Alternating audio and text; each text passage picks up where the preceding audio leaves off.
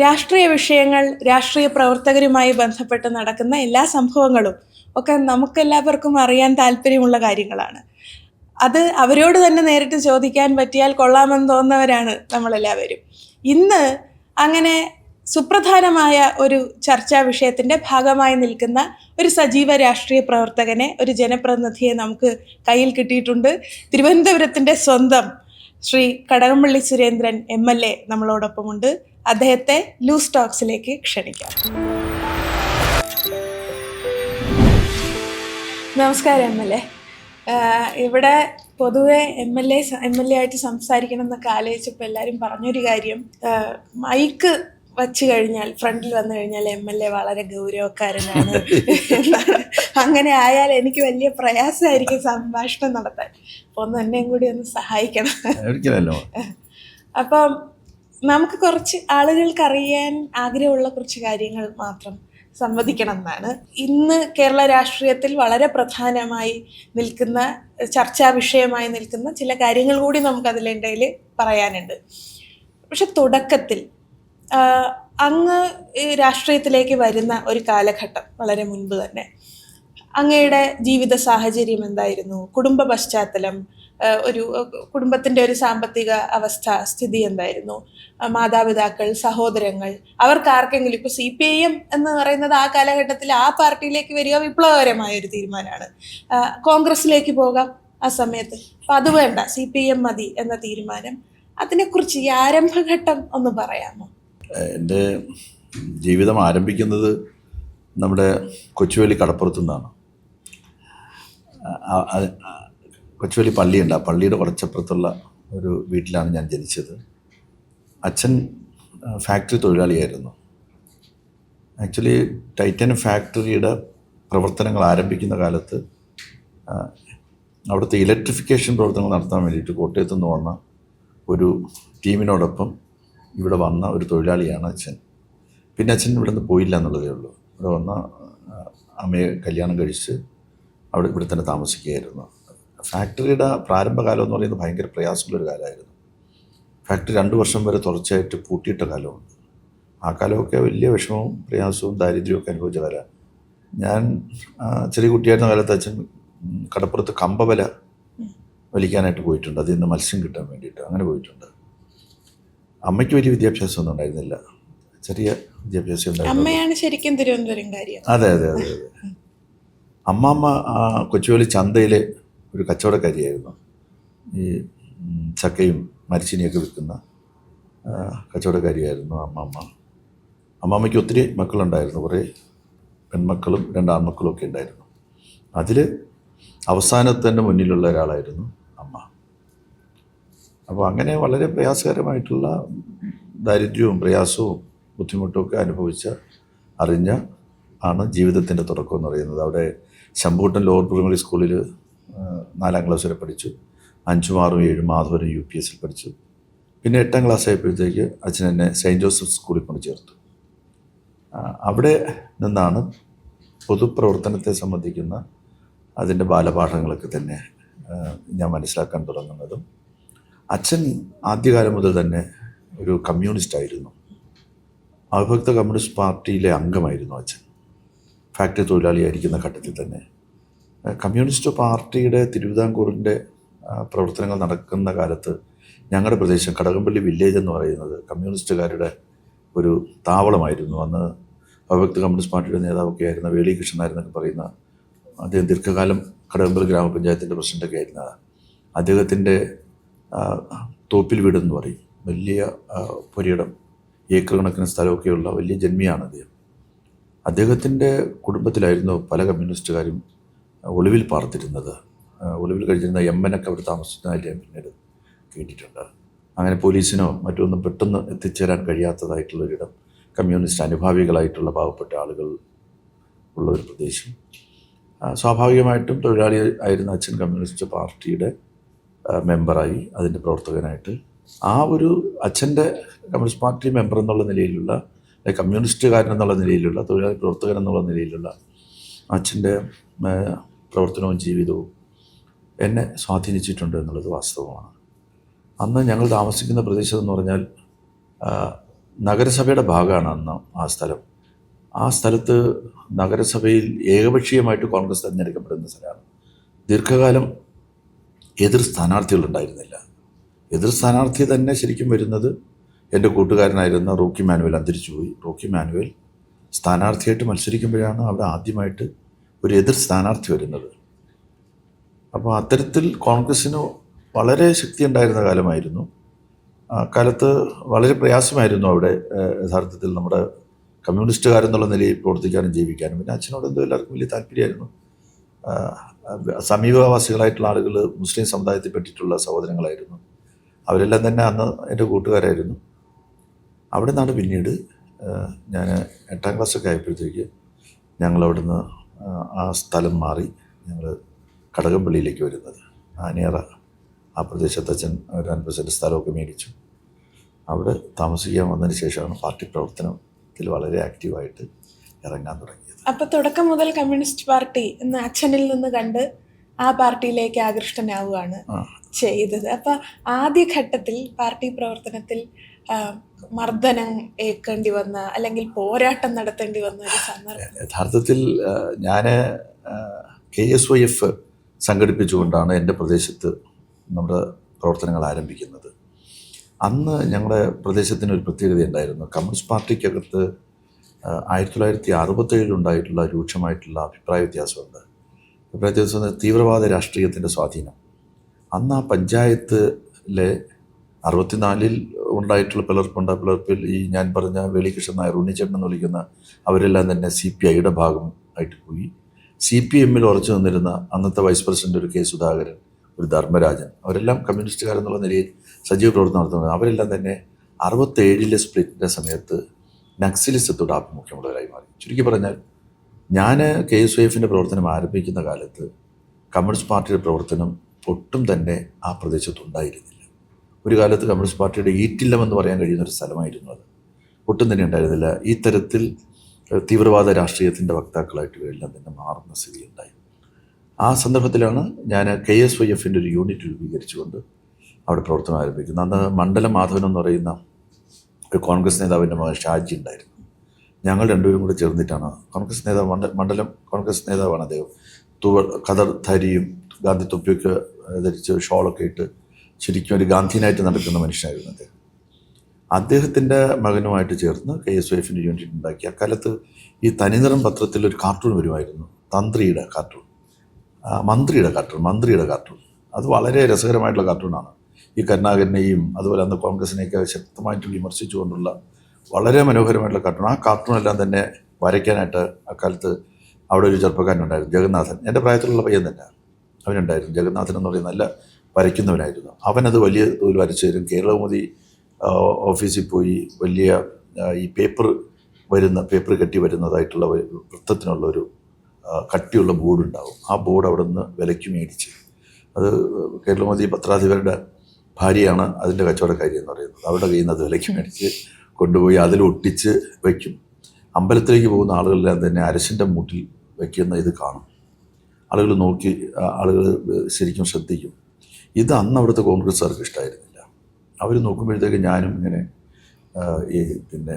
ഞാനാണ് ഇതെല്ലാം ചെയ്യുന്നത്. അന്ന് കമ്മ്യൂണിസ്റ്റ് പാർട്ടിക്ക് ഉണ്ടായിട്ടുള്ള ഒരു ക്ഷീണം നികത്തിയത് RSP ആയിരുന്നു. കുറച്ച് RSP അവിടെ സജീവമായിട്ട് പ്രവർത്തനം ആരംഭിച്ചു. പേട്ടയിലെ ഒരു ഓഫീസ്, ചെറുപ്പക്കാരായിട്ടുള്ള ആളുകൾ, തമ്പിയണ്ണൻ എന്നൊക്കെ പറയുന്ന ഒരു ശ്രീകുമാറൊക്കെ ഉണ്ട്, PSUവിൻ്റെ സംസ്ഥാന നേതാവ്. അവിടെ വേറെയും ചില ആളുകൾ PSU യൂണിവേഴ്സിറ്റി കോളേജിലെ PSU സംഘടനയുടെ പ്രധാനപ്പെട്ട പ്രവർത്തകരൊക്കെ ഉള്ളൊരു കാലമായിരുന്നു അത്. ആ കാലത്താണ് എൻ്റെ ഈ കടന്നുവരവും പ്രവർത്തനങ്ങളും. ആ സന്ദർഭത്തിൽ യഥാർത്ഥത്തിൽ എന്നെ കൈകാര്യം ചെയ്യാൻ വേണ്ടിയിട്ട് കോൺഗ്രസ്സുകാരെ തീരുമാനിച്ചു. അവിടെ അന്ന് ഒരു പ്രധാനപ്പെട്ട മുതലാളിയുടെ മക്കളും ഉണ്ടായിരുന്നു. അന്ന് അങ്ങയുടെ കൂടെ ആൾബലം ഇല്ല. എൻ്റെ കൂടെ വലുതായിട്ട് ആളുകളൊന്നുമില്ല. എൻ്റെ കൂട്ടുകാരന്മാരായിട്ടുള്ള കുറച്ച് ആളുകൾ മാത്രമേ ഉള്ളൂ, വേറെ കൂടുതൽ ആളുകളൊന്നുമില്ല. അവിടെയുള്ള ഒരു മുതലാളിയും അവരുടെ 2-3 മക്കളും കൂടി ചേർന്ന് ഒരു ദിവസം, ഞാൻ അന്ന് ഒരു ട്യൂഷൻ സെൻറ്റർ പഠിപ്പിക്കാൻ പോകുമായിരുന്നു. എൻ്റെ ഒരു കൂട്ടുകാരൻ സൂര്യ എന്ന് പറയുന്ന, സൂര്യ എന്ന് ഞാൻ വിളിക്കും. ഞങ്ങൾ 7ാം ക്ലാസ് വരെയുള്ള കുട്ടികളെയൊക്കെ പഠിപ്പിച്ച് അതിൽ നിന്ന് ചെറിയ വരുമാനമൊക്കെ സംഘടിപ്പിക്കുന്ന തിരക്കിലായിരുന്നു. ഒരു ദിവസം രാവിലെ ക്ലാസ് കഴിഞ്ഞ് തിരിച്ചു വരുമ്പോൾ ഞാൻ സൈക്കിളിലാണ്, ഞാൻ ഫ്രണ്ടിലിരിക്കുന്നുണ്ട്. എൻ്റെ സൈക്കിൾ ചവിട്ടുന്നത് ഷാജി, ഈ മുതലാളിയുടെ കടയുടെ മുന്നിലെത്തിയപ്പോൾ വണ്ടി സൈക്കിൾ തടഞ്ഞിട്ട് നീ ഇങ്ങനെ കോൺഗ്രസിനെ കുറിച്ചെല്ലാം ഇങ്ങനെ വരച്ചു വയ്ക്കൂടാന്ന് ചോദിച്ചുകൊണ്ട് അവരെല്ലാവരും കൂടെ ചേർന്ന് എന്നെ ശരിക്കും അങ്ങ് അടിച്ചു. അന്ന് എത്ര വയസ്സുണ്ടാവും? അന്ന് പ്രീ ഡിഗ്രിക്ക് ഞാൻ ചേർന്ന കാലമായിരുന്നു. എനിക്കൊരു 16 വയസ്സേ പ്രായം ഉണ്ടാവുള്ളൂ. 16 വയസ്സ്. അടിച്ചു എന്ന് പറഞ്ഞാൽ ഒരു പോക്കറ്റഡ് രവി എന്ന് പറയുന്ന ഒരു വലിയ ഗുണ്ട ഉണ്ടായിരുന്നു. ഇവരുടെ സംരക്ഷണയിൽ പുറത്തുനിന്ന് എവിടെയോ വന്ന് എപ്പോഴും ഇങ്ങനെ സൈക്കിൾ സഞ്ചരിക്കുമ്പോഴത്തേക്ക് ഒരു വെട്ടുകത്തിയെല്ലാം തന്നെ പ്രവേശത്ത് തൂക്കിയിട്ട് സഞ്ചരിക്കുന്ന കൊച്ചിനീഫ് കിടക്കുന്ന പോലെ നടക്കുന്ന ഒരു പോക്കറ്റ് രവി. ആ രവിയാണ് ഇവരുടെ പ്രധാനപ്പെട്ട ഗുണ്ട. അപ്പോൾ രവിയുടെ ഒരു കാർമ്മികത്വത്തിൽ ഇവരെല്ലാവരും കൂടെ മറ്റവന് ഒരു അടിയെ കൊടുത്തുള്ളൂ, ഷാജിക്ക്. കാര്യം അത് അവരുടെ ബന്ധുക്കളാണ്. അടി കൊടുത്തിട്ട് ഇറങ്ങി പൊക്കോളാൻ പറഞ്ഞു. എന്നെ അവർ ശരിക്കും വന്ന് എന്നെ അടിച്ച് റൊട്ടിയാക്കി. ആരും വന്ന് എടുക്കാനില്ല എന്നെ. ഞാനവിടെ വീണുപോയി. ഈ അന്ന് മത്സ്യത്തൊഴിലാളി ഒരു സ്ത്രീ, അവർ മത്സ്യം ചുവന്നുകൊണ്ട് വന്ന് അവരാണ് ഇത് കണ്ടുകൊണ്ട് നിന്നിട്ട് അവിടെ നിന്ന് കുറച്ച് ദൂരമുണ്ട്, ഒരു 10 മിനിറ്റ് നടന്നാലേ എൻ്റെ വീട്ടിലെത്തുള്ളൂ. അവർ ഓടിപ്പോയി വീട്ടിൽ പോയി അമ്മയോട് പറഞ്ഞു. അമ്മ അവിടെ നിന്ന് നിലവിളിച്ചുകൊണ്ട് ഓടി വന്ന് യഥാർത്ഥത്തിൽ ഇങ്ങനെ അടികൊണ്ട് വീണ് കിടക്കുന്ന എന്നെ എടുക്കുന്നത് വരെ എന്നെ എടുക്കാനായിട്ട് ആരും തന്നെ വന്നില്ലെന്നുള്ളതാണ് അന്നത്തെ സംഭവം. അപ്പോൾ പിന്നെ അമ്മ വന്നപ്പോൾ അമ്മ നിലവിളിച്ച് കരഞ്ഞ് ബഹളം ഉണ്ടാക്കിയപ്പോഴത്തേക്ക് നാട്ടുകാരെല്ലാം കുറച്ചൊന്ന് കൂടി, നമ്മുടെ കൂട്ടുകാരെല്ലാം ഓടി വന്നു. അവരെല്ലാവരും കൂടെ എന്നെ ജനറൽ ഹോസ്പിറ്റലിൽ അഡ്മിറ്റ് ചെയ്തു. പക്ഷേ അത് യഥാർത്ഥത്തിൽ അതായിരുന്നു അവിടുത്തെ നമ്മുടെ പാർട്ടി പ്രവർത്തനത്തിന് തുടക്കമായ ഈ ഗോപാല മുതലാളി എന്നാണ് അദ്ദേഹത്തിൻ്റെ പേര്. യഥാർത്ഥത്തിൽ അവരും അവരുടെ മക്കളുമൊക്കെ ഇപ്പോൾ എന്നോട് ഭയങ്കര സ്നേഹവും വാത്സല്യമുള്ളവരാണ്. അന്നത്തെ സംഭവത്തിലൊക്കെ അവർക്ക് വലിയ സങ്കടമൊക്കെ ഉണ്ട്, പിന്നീട് ഒരുപാട് സങ്കടമൊക്കെ ഉണ്ടായിട്ടുണ്ട്. അന്ന് അവർ അതിന് ഒരു നിമിത്തമായി എന്ന് മാത്രം കരുതിയാൽ മതി. അന്ന് അതിനെ എതിർക്കാൻ വേണ്ടിയിട്ട് ഒരു പറ്റ ചെറുപ്പക്കാർ അവിടെ രംഗത്ത്. പിന്നെ ഏതാണ്ട് ഒരു വർഷക്കാലം സംഘർഷങ്ങളുടെ ദിവസങ്ങളായിരുന്നു അവിടെ. അങ്ങോട്ടടി ആ ഒരു അടി കിട്ടിയത് കൊണ്ട് 16 വയസ്സിൽ പേടിച്ചില്ല, അത് ആവേശമായാണോ? അത് ആവേശമായി തന്നെയാണ് മാറിയത്. ഞാൻ ഏതാണ്ട് ഒരു മാസക്കാലത്തിലധികം ഹോസ്പിറ്റലിൽ കിടന്നു, എന്നിട്ടാണ് ഹോസ്പിറ്റലിൽ വിട്ടത്.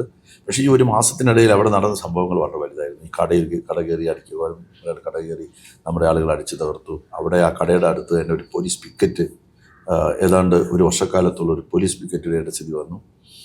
എപ്പോഴും സംഘർഷങ്ങൾ തന്നെയായിരുന്നു. പിന്നെ ഒരു വർഷമൊക്കെ കഴിഞ്ഞപ്പോഴത്തേക്ക് സംഘർഷങ്ങൾക്ക് പൊതുവെ അയവ് വന്നു. പിന്നീട് സാധാരണഗതിയിലുള്ള പ്രവർത്തനങ്ങളുമായിട്ട് മുന്നോട്ട് പോയി. ആ സംഘർഷമാണ് ഒരുപക്ഷെ ഈ രാഷ്ട്രീയ പ്രവർത്തനത്തിൽ ഉറച്ചു നിൽക്കുന്നതിന് എന്നെ പ്രേരിപ്പിച്ച ആദ്യത്തെ ഘടകം എന്ന് പറയുന്നത്.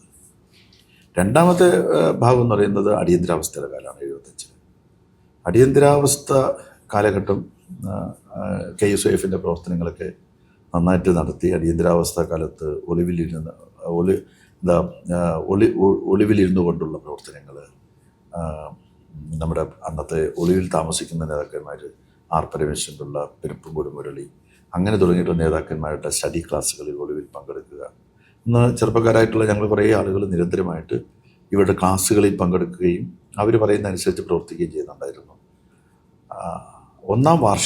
അടിയന്തരാവസ്ഥയുടെ 1-ാം വാർഷികം ആചരിക്കുക എന്താ ആ ദിവസം ഇടതുപക്ഷ മുന്നണി, അന്നത്തെ ഇടതുമുന്നണി നിയമസഭയ്ക്ക് മുന്നിൽ പ്രകടനം നടത്താൻ തീരുമാനിച്ചു. അന്നൊരു വളണ്ടിയറായിട്ട് അവിടെ നിന്ന് നിശ്ചയിച്ചത് എന്നെയും ഈ ജനറൽ ഹോസ്പിറ്റലിലെ ഒരു ടാക്സി ഡ്രൈവറായിരുന്ന ശാന്തപ്പൻ എന്ന് ഞങ്ങളെല്ലാം ശാന്തപ്പനെന്ന് ഞാൻ വിളിക്കുന്നതായിട്ടുള്ള ശാന്തകുമാറിനെയാണ്. ഞങ്ങൾ രണ്ടുപേരും ആണ് തീരുമാനിച്ച് അന്ന് ആ പ്രകടനം നടത്താനായിട്ട് വന്നു. ഞാൻ പാർട്ടി മെമ്പർ മാത്രമാണ്, ശാന്തപ്പനും പാർട്ടി മെമ്പറാണ്. ഇ ജി മോഹനൻ, ഓഫീസിൻ്റെ ചുമതലയുള്ള ഇ ജി മോഹനൻ ഞങ്ങളെ കൊണ്ടുവന്ന് ഇവിടെ പ്രകടനം നടക്കേണ്ട സ്ഥലത്ത് കൊണ്ടുവന്ന് നിർത്തി. 8:30 മണിയാകുമ്പോൾ മുദ്രാവാക്യം വിളിക്കും. ആ സമയത്ത് കൂടെ മുദ്രാവാക്യം വിളിച്ച് ചേർന്നെന്ന് പറഞ്ഞു. അപ്പോൾ 8:30 8:45 ആരും മുദ്രാവാക്യം വിളിക്കുന്നില്ല. അപ്പോൾ ഞാൻ മുദ്രാവാക്യം വിളിച്ചപ്പോഴത്തേക്ക് ഒരു 10-13 പേരും. അടിയന്തരാവസ്ഥ അറബിക്കടൽ എന്നുള്ള മുദ്രാവാക്യമാണ്. ഇന്ദിരാഗാന്ധി ഭാരതയക്ഷി അടിയന്തരാവസ്ഥ അറബിക്കടൽ. ഞാൻ നന്നായിട്ട് മുദ്രാവാക്യം വിളിക്കുന്ന ഒരാളായിരുന്നു. അപ്പോൾ നന്നായിട്ട് മുദ്രാവാക്യം വിളിച്ചപ്പോൾ ആളുകളെല്ലാം കൂടെ ഓടിക്കൂടി. അന്ന് പിന്നെ പറയേണ്ട കാര്യമില്ല, ഈ മുട്ടിന് പോലീസ് നിൽക്കുകയായിരുന്നു അന്ന് അടിയന്തരാവസ്ഥയുടെ 1-ാം വാർഷികത്തിന്. ഒരു 5 നിമിഷം കൊണ്ട് തന്നെ പോലീസുകാർ ഈ 13 പേരെയും കൂടെ വാരിയെടുത്ത് വണ്ടിയിലെറിഞ്ഞ് നേരെ കന്റോൺമെൻറ്റ് സ്റ്റേഷനിൽ കൊണ്ടുപോയി പൂവനേന്ദ്രൻ നായർ എന്ന് പറയുന്ന ഒരു AC ഉണ്ടായിരുന്നു. അന്ന് DYSP എന്ന് മറ്റുമാണ് അദ്ദേഹത്തെ വിളിക്കുന്നത്. പൂവനേന്ദ്രൻ നായർ വളരെ പ്രമുഖനായിട്ടുള്ള പോലീസ് ഉദ്യോഗസ്ഥനാണ്.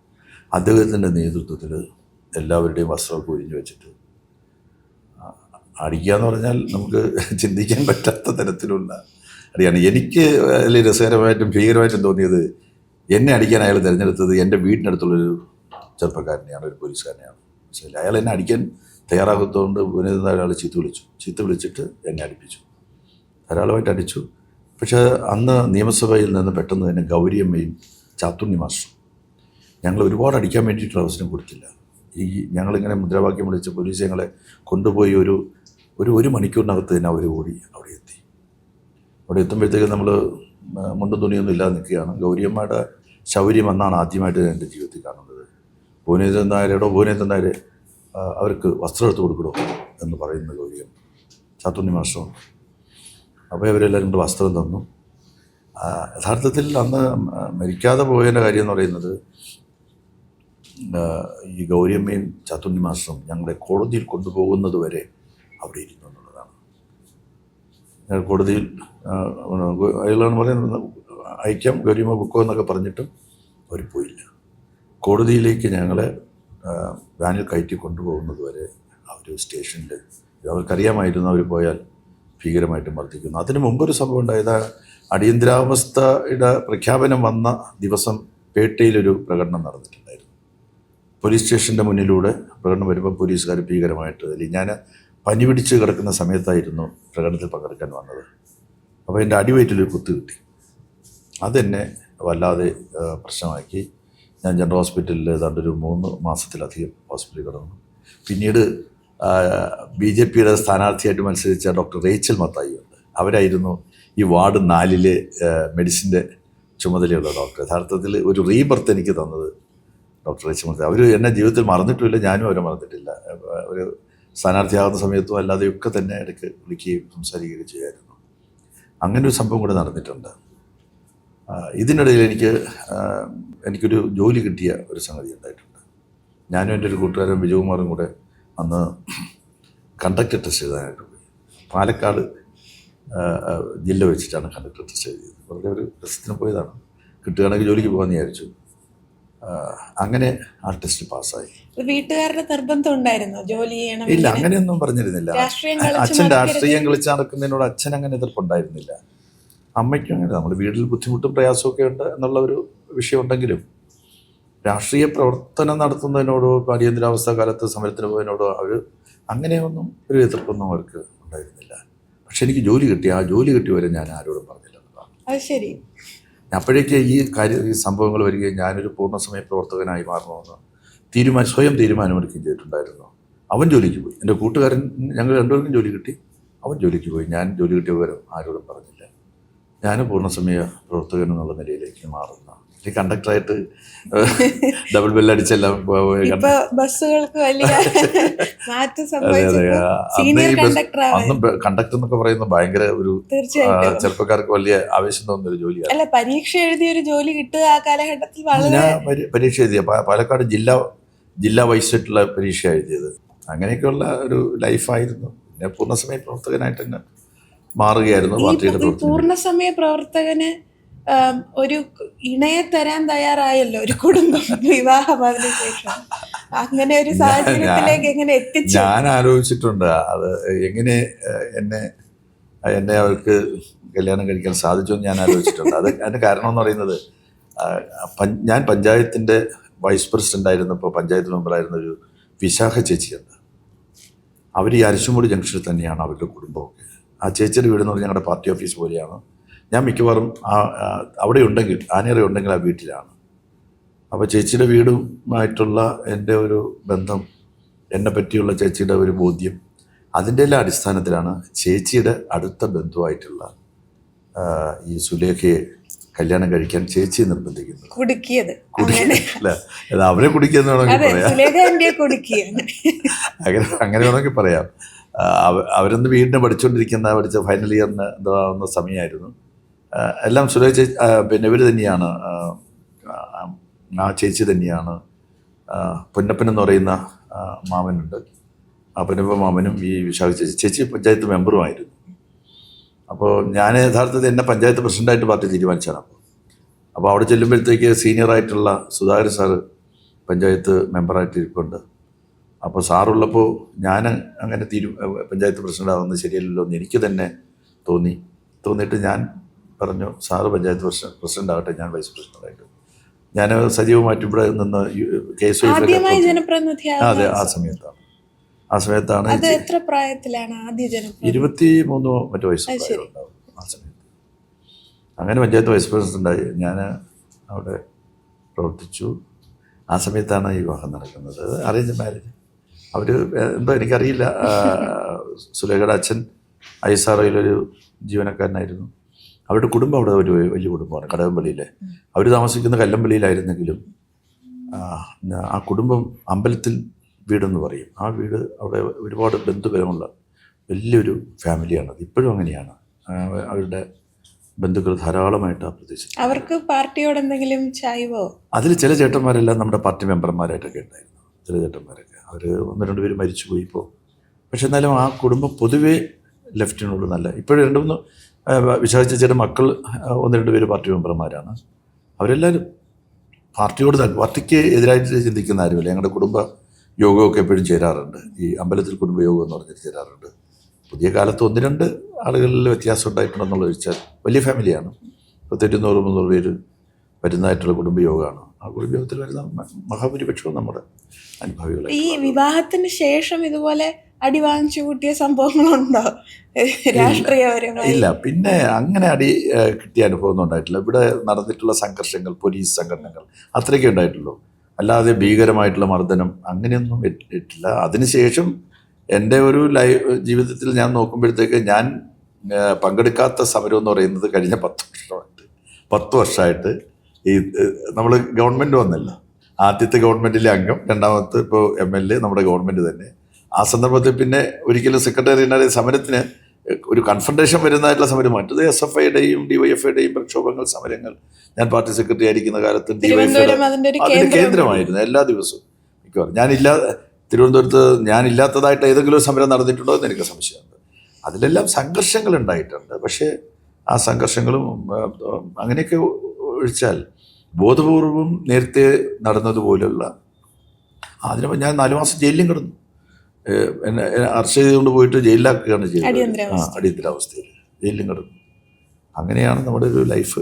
അങ്ങനെ അപ്പോൾ ഈ ഇപ്പോൾ മന്ത്രിയായിരുന്ന, ഇപ്പോൾ MLA ആയിരിക്കുന്ന സജീവ രാഷ്ട്രീയത്തിലുള്ള ഒരാളോട് ഒഴിവ് സമയം കിട്ടാറുണ്ടോ എന്ന് ചോദിക്കുന്നതിൽ അർത്ഥമുണ്ടോ എന്ന് എനിക്ക് അറിയില്ല. പക്ഷെ ഏതൊരു മനുഷ്യനും അത് ആഗ്രഹിക്കും, കുറച്ച് തൻ്റെതായ കുറച്ച് സമയം മാറ്റിവെക്കാൻ. അങ്ങനെ ഒരു സമയം കിട്ടിയാൽ ഉള്ള ഹോബി എന്താണ്? സിനിമയാണോ, അല്ലെങ്കിൽ വർഷത്തിൽ 60 പുസ്തകം വായിക്കാനുള്ള ഒരു ശ്രമം നടത്തുകയാണോ എന്നാണ് ഇപ്പം? അങ്ങനെയൊക്കെയാണല്ലോ ട്രെൻഡ്. ഞാൻ കല്യാണം കഴിക്കുന്നത് വരെ എല്ലാ ദിവസവും സിനിമ കാണുന്ന ആളായിരുന്നു. മിക്കവാറും ദിവസം ഏതെങ്കിലും വല്ലപ്പോഴും ഒരു ദിവസം വിട്ടുപോകെങ്കിലേ ഉള്ളൂ. സിനിമ കാണാനായിട്ട് ഞങ്ങൾ 3-4 പേരുണ്ട്. ഞാനുണ്ട്, വിജയകുമാറുണ്ട്, അത് EG മോഹനുണ്ട്, രാധാകൃഷ്ണനുണ്ട്. ഇങ്ങനെ പാർട്ടി ഓഫീസിലാണല്ലോ നമ്മുടെ താമസം എന്ന് പറയുന്നത്. പാർട്ടി ഓഫീസിൽ കിടക്കും.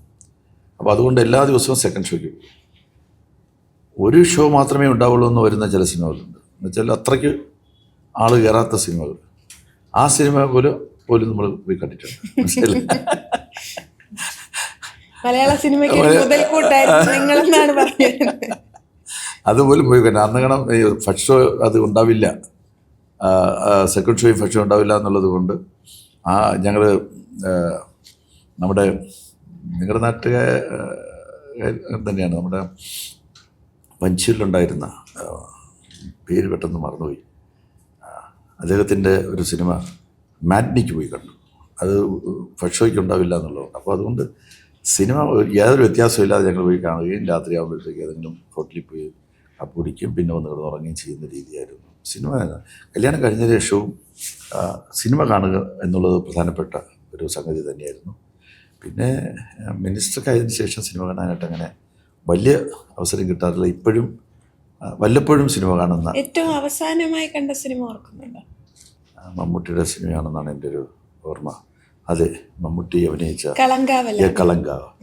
ആ സിനിമയാണ് അവസാനമായിട്ട്. അതിനുശേഷം പിന്നെ സിനിമ കാണാൻ അത് ഇഷ്ടപ്പെട്ടോ? നല്ല എനിക്ക് നന്നായിട്ട് ഇഷ്ടപ്പെട്ടു. അല്ല അവിടെ വിനയം ഉണ്ടല്ലോ.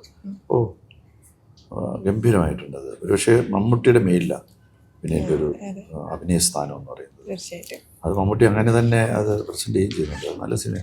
അങ്ങനെ സിനിമ കാണുക, പിന്നെ യാത്ര ചെയ്യുക. മുമ്പ് കുടുംബവുമായിട്ട് ഞാൻ മിക്കവാറും ഒക്കെ കുറച്ച് വല്ല മാസത്തിലൊരിക്കലോ അല്ലെങ്കിൽ ഒരു 6 മാസം കൂടുമ്പോഴത്തേക്ക് ഒരു ദിവസം 2 ദിവസം അങ്ങനെയൊക്കെ യാത്ര ചെയ്യുമായിരുന്നു. ഇപ്പോൾ കുറച്ച് അതിനും വലുതായിട്ട് സാധിക്കുന്നില്ല. യാത്ര ചെയ്യാൻ ടീച്ചർക്ക്, എൻ്റെ വൈഫിന് യാത്ര ചെയ്യാൻ മുട്ടിനൊക്കെ ചെറിയ ശരീരമായിട്ട് ചില പ്രശ്നങ്ങൾ 2 മുട്ടും മാറ്റി വയ്ക്കുന്നൊരവസ്ഥ വന്നു. അത്രയ്ക്ക് പ്രയാസം അടയ്ക്കുന്ന ഒരു വലിയ ആക്സിഡൻ്റ് ഉണ്ടായി. തോളിൽ ദേഹമൊക്കെ കമ്പിയാണെന്ന് പറഞ്ഞാൽ അതായിരിക്കും വാസ്തവം, മനസ്സിലായില്ലേ? അപ്പോൾ അതിൻ്റേതായിട്ടുള്ള പ്രശ്നങ്ങൾ കാരണം നമ്മൾ മൂവ്മെൻറ്റ്സ് കുറച്ച് പ്രയാസം വന്നിട്ടുണ്ട്. അപ്പം അതുകൊണ്ടൊക്കെ ലൈഫിലെ സ്വകാര്യമായിട്ടുള്ള ജീവിതത്തിൽ കുറച്ചൊരു. ടൂറിസം വകുപ്പ് മന്ത്രിയായിരുന്നു എന്ന് പറയുന്ന ഘട്ടത്തിൽ ഈ യാത്ര ചെയ്യാൻ ഇഷ്ടമുള്ള ആൾക്ക് വലിയ സന്തോഷം ഉണ്ടായിട്ടുണ്ട്. ഞാൻ ധാരാളമായിട്ട് യാത്ര ചെയ്തു. 1-2 യാത്രകളിൽ ഞാൻ ടീച്ചറിൻ്റെ കൂടെ കൂട്ടിയിട്ടുണ്ട്.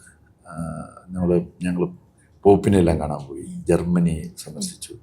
അത്യാവശ്യം യാത്ര ചെയ്യാൻ, അതായത് ഈ കോവിഡ് വന്നപ്പോഴത്തേക്ക് പ്രശ്നമായി, 18 പ്രളയം വന്നപ്പോൾ കുറച്ച് വന്നു. എന്നാലും കുറേ രാജ്യങ്ങൾ സന്ദർശിക്കാനും ഈ പ്രവർത്തനങ്ങളിലൊക്കെ സഹകരിക്കാൻ സാധിച്ചിട്ടുണ്ട്. ഇനി കുറച്ച് പ്രധാനപ്പെട്ട ഒരു വിഷയം എനിക്ക് ചോദിക്കാനുണ്ട്. അത് എനിക്ക് എന്നല്ല, ആളുകൾക്ക് പൊതുവെ അറിയാനുള്ളൊരു സംഗതി. കടകംപള്ളി സുരേന്ദ്രൻ MLA എന്ന് കേൾക്കുമ്പോൾ ഇപ്പോൾ വരുന്നൊരു ഹെവി വാക്ക് ശബരിമലയാണല്ലോ. ശബരിമലയുമായി ചുറ്റിപ്പറ്റി പല സംശയങ്ങൾ നിൽക്കുന്നൊക്കെ ഒരു സന്ദർഭം, അല്ലെങ്കിൽ രാഷ്ട്രീയപരമായി പലരും അത് ഉപയോഗിക്കുന്നു. തുടക്കത്തിൽ ചോദിക്കാനാണെങ്കിൽ, ഞങ്ങൾക്കൊന്നും മനസ്സിലാവാത്തൊരു കാര്യം, ഈ ഒരു ദേവസ്വം വകുപ്പുണ്ട്. ഇപ്പം ദേവസ്വം മന്ത്രിയായിരുന്നു അങ്ങ് കാലഘട്ടത്തിൽ. ദേവസ്വം വകുപ്പുണ്ട്, ദേവസ്വം ബോർഡുണ്ട്. എന്താണ് ഈ 2 സംഗതികൾ തമ്മിലുള്ള ഒരു ഇടപെടൽ, അന്തർധാര എന്താണ് എന്ന് പറയുന്ന പോലെ ഇതിൻ്റെ സ്ട്രക്ചർ എന്താണ്? തന്ത്രിന്ന് കേൾക്കുന്നു, പോറ്റിന്ന് കേൾക്കുന്നു, ഒരു ഹയറാർക്കി ഉണ്ടാവുമല്ലോ. അതെന്താണ്? എങ്ങനെയാണ് ഒരു മന്ത്രിക്ക് ഈ ഇത്തരം വലിയ ക്ഷേത്രങ്ങളിൽ ഇടപെടാനുള്ള സാധ്യതകൾ? എത്രത്തോളം റോളുണ്ട്? ദേവസ്വം വകുപ്പിൻ്റെ പ്രവർത്തനം എന്ന് പറയുന്നത് പരിമിതമായ പ്രവർത്തനം മാത്രമേ ദേവസ്വം വകുപ്പിന് ചെയ്യേണ്ടതായിട്ടുള്ളൂ. നമ്മുടെ ആയിരക്കണക്കായിട്ടുള്ള ക്ഷേത്രങ്ങളിൽ വളരെ പ്രധാനപ്പെട്ട കുറേ ക്ഷേത്രങ്ങളുണ്ട്. ആ ക്ഷേത്രങ്ങളിലൊക്കെ നടക്കുന്നതായിട്ടുള്ള ഉത്സവങ്ങൾ, ആഘോഷങ്ങൾ, അതെല്ലാം തന്നെ നന്നായിട്ട് നടത്താൻ വേണ്ടിയിട്ട് ആവശ്യമായിട്ടുള്ള ക്രമീകരണങ്ങൾ ചെയ്യുക, വിവിധ ഡിപ്പാർട്ട്മെൻറ്റുകളുടെ യോജിപ്പിക്കുക, അവരെ ശരിയായിട്ടുള്ള രൂപത്തിൽ പ്രവർത്തിപ്പിക്കുക. ഇപ്പോൾ സമീപ ദിവസങ്ങളിലാണ് നമ്മുടെ തലസ്ഥാന നഗരിയിൽ തന്നെ നടക്കുന്ന വലിയ പൊങ്കാല മഹോത്സവം ആറ്റുകാൽ നടക്കുന്നത്. ആറ്റുകാൽ പൊങ്കാല മഹോത്സവം നടക്കുമ്പോഴത്തേക്ക് എല്ലാ ഡിപ്പാർട്ട്മെൻറ്റുകളുടെ ഏകോപനം സാധ്യമാക്കാൻ മുഖ്യമന്ത്രി തന്നെ ചെയ്യുന്ന അവലോകന യോഗം ചേരാറുണ്ട്, മന്ത്രിമാർ ചെയ്യുന്ന അവലോകന യോഗം ചേരാറുണ്ട്. അതിൽ വാട്ടർ അതോറിറ്റിക്കാരെ വിളിച്ചിട്ട് കുടിവെള്ളത്തിൻ്റെ പ്രശ്നം അത് പരിഹരിക്കാൻ ആവശ്യമുള്ള കാര്യം ചെയ്യും. അതുപോലെ PWD റോഡുകളെല്ലാം തന്നെ നല്ല മെയിൻ്റനൻസ് നടത്തണമെന്ന് പറയും. കോർപ്പറേഷൻകാരോട് എല്ലാം ക്ലീനിങ്, അതിനാവശ്യമുള്ള കാര്യങ്ങൾ ചെയ്യണം. കോർപ്പറേഷൻ റോഡുകൾ വൃത്തിയാക്കണം. ഇങ്ങനെ തുടങ്ങി വൈദ്യുതി പിന്നെ ഇൻട്രപ്ഷൻ ഇല്ലാതെ കൊടുക്കാൻ അവരോട് ആവശ്യപ്പെടും. നമ്മുടെ ഹെൽത്ത് വിഭാഗത്തോട്, ഇത്രയും ആളുകൾ വരുന്നതാണ്, അപ്പോൾ നമ്മുടെ സൗകര്യങ്ങൾ മെച്ചപ്പെടുത്താം. അപ്പോൾ ഇങ്ങനെ ആയിരക്കണക്കായിട്ടുള്ള, 10,000-കണക്കായിട്ടുള്ള അല്ലെങ്കിൽ ലക്ഷക്കണക്കിന് ആളുകളാണ് ശബരിമലയിൽ വരുന്നത്. അവർക്ക് ഒരു ബുദ്ധിമുട്ടുണ്ടാകാത്ത തരത്തിൽ ദർശനം സാധ്യമായി നാട്ടിലേക്ക് തിരിച്ചു പോകുന്നതിനാവശ്യമായിട്ടുള്ള ക്രമീകരണങ്ങൾ സർക്കാരിൻ്റെ വിവിധ വകുപ്പുകളുടെ ഏകോപനത്തോടെ സാധ്യമാക്കുക എന്നുള്ളത് മാത്രമാണ് യഥാർത്ഥത്തിൽ ഗവൺമെൻറ്റിൻ്റെ ഉത്തരവാദിത്വം. അപ്പം ബോർഡിൻ്റെ ഭരണ സംവിധാനവുമായി ഇടപെടാൻ സർക്കാരിന്, ബോർഡിനെ നിയമിക്കുന്ന ഗവൺമെൻറ് അല്ല. ഇപ്പോൾ 1949 ഒരു കവനൻ്റ് ഉണ്ട്, ഒരു ആക്റ്റാണത്. രാജഭരണകാലത്ത് നിശ്ചയിക്കപ്പെട്ടിട്ടുള്ള ഒരു ആക്റ്റാണ്. ആ ആക്ടിൻ്റെ വകുപ്പുകളുണ്ട്, ഞാനത് നോക്കുന്നില്ല. പക്ഷേ അതിനകത്ത് പറയുന്ന പ്രധാനപ്പെട്ട 2-3 കാര്യങ്ങളുണ്ട്. ഒന്ന്, 2 അംഗങ്ങൾ, ആകെ 3 അംഗങ്ങളാകണം ബോർഡിലുണ്ടാകേണ്ടതെന്ന് ആക്ട് വ്യവസ്ഥ ചെയ്യുന്നുണ്ട്. അതിൽ 2 അംഗങ്ങൾ എടുക്കേണ്ടത് ആക്ട് പറയുന്നത് മന്ത്രിസഭയിലെ ഹിന്ദുക്കളായിട്ടുള്ള മന്ത്രിമാർ ചേർന്നിട്ടാണ്. 1971 പ്രീ വിപേഴ്സ് നിർത്തലാക്കുന്നത് വരെ ശരിക്കും രാജാവാണ് ഒരാളെ നിശ്ചയിച്ചിട്ടുണ്ടായിരുന്നത്. ഒരാളെ മാത്രമേ ഹിന്ദു മന്ത്രിമാർ നിശ്ചയിച്ചിരുന്നുള്ളൂ. പ്രീ വിപേഴ്സ് നിർത്തലാക്കിയപ്പോൾ രാജാധികാരം കൂടെ ഹിന്ദു മന്ത്രിമാരിൽ നിക്ഷിപ്തമായി. അങ്ങനെ 2 പേരെ ഹിന്ദു മന്ത്രിമാർ നിശ്ചയിക്കും. ഒരു ആളെ നിശ്ചയിക്കുന്നത് നിയമസഭയിലെ ഹിന്ദു MLA മാരാണ്. ശരിക്കും പറഞ്ഞാൽ അത് നിയമിക്കാനുള്ള അധികാരം പോലും ഗവൺമെൻറ് തീരുമാനത്തിന് അത് വിധേയമല്ലെന്ന് സാരം ഈ 3 പേര് ചേരുന്നതാണ് ബോർഡ് എന്ന് പറയുന്നത്. പിന്നെ ഈ ബോർഡ് എന്തെങ്കിലും കുറ്റം ചെയ്തെന്നിരിക്കട്ടെ, ഒരു മിസ്കോണ്ടക്റ്റ് ഉണ്ടായി. അത്തരം ഒരു മിസ്കോണ്ടക്റ്റ് ഉണ്ടായാൽ ഗവൺമെൻറ് ഇടപെടാൻ അവകാശമുണ്ടെന്നുള്ളൊരു ക്വസ്റ്റ്യൻ ഉണ്ട്. അവിടെ പോലും അവകാശമില്ല. ഗുരുതരമായിട്ടുള്ള മിസ്കോണ്ടക്റ്റ് ഉണ്ടായാൽ പോലും അത് കോടതിയാണ് അക്കാര്യത്തിൽ ഇടപെടുന്നത്. ആദ്യം ഒരു സിംഗിൾ ബെഞ്ച് പ്രഥമ ദൃഷ്ട്യാ അതിന് കേസുണ്ടോ, ഈ പറയുന്ന അത് വാസ്തവമാണെന്ന് പരിശോധിക്കും. വാസ്തവമാണെന്ന് പറഞ്ഞാൽ ഡിവിഷൻ ബെഞ്ചിലേക്ക് അത് അയക്കും. ഡിവിഷൻ ബെഞ്ച് വിവിധ തലത്തിലുള്ള അന്വേഷണം നടത്തി ശിക്ഷ വിധിക്കും. അതാണ് നടക്കുന്നത്. ഇനി കണക്കുകൾ പരിശോധിക്കാൻ ഗവൺമെൻറ്റിന് അവകാശമുണ്ടോ? ഇപ്പോൾ ഓഡിറ്റ് ഉണ്ടല്ലോ. ഓഡിറ്റർ നിശ്ചയിക്കുന്നത് പോലും ഹൈക്കോടതിയാണ്. ഓഡിറ്റ് ചെയ്ത കണക്കുകൾ അവർ സമർപ്പിക്കേണ്ടത് ഹൈക്കോടതിയുടെ ഡിവിഷൻ ബെഞ്ചിലാണ് സമർപ്പിക്കേണ്ടത്. ഈ രൂപത്തിലാണ് നമ്മുടെ ദേവസ്വം ബോർഡിൻ്റെ പ്രവർത്തനങ്ങൾ നടക്കുന്നത്.